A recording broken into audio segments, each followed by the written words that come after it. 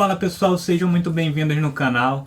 Nesse vídeo você vai aprender a como baixar e instalar o WinRAR. Já se inscreve no canal, dá o like, compartilha e não esquece de assistir o vídeo até o final que me ajuda aqui na retenção do YouTube. Então vamos lá. Pessoal, você vai entrar aí no seu navegador e eu vou deixar o link aqui na descrição. Você clica nesse link e já vai entrar para esse site aqui, que é o site do WinRAR.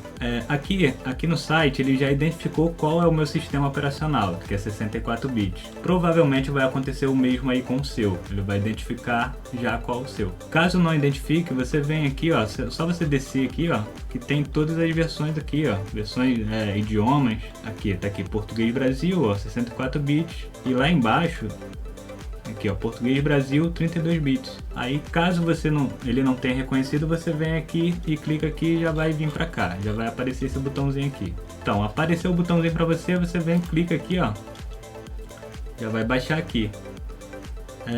O meu navegador ele já aparece aqui, ó. Caso não apareça para você, você vai lá na sua pasta de download.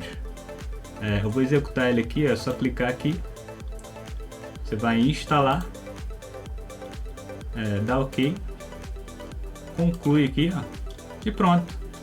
O WinRAR já está funcionando, já está instalado no seu computador. Agora você já pode usar para descompactar os seus arquivos. Então pessoal, muito obrigado por assistir até aqui. É muito importante, que me ajuda aqui na retenção aqui no YouTube. E se gostou, se inscreve no canal, dá um like, compartilha, que vai me ajudar muito aqui. Tamo junto, um abraço, fica com Deus e até o próximo vídeo.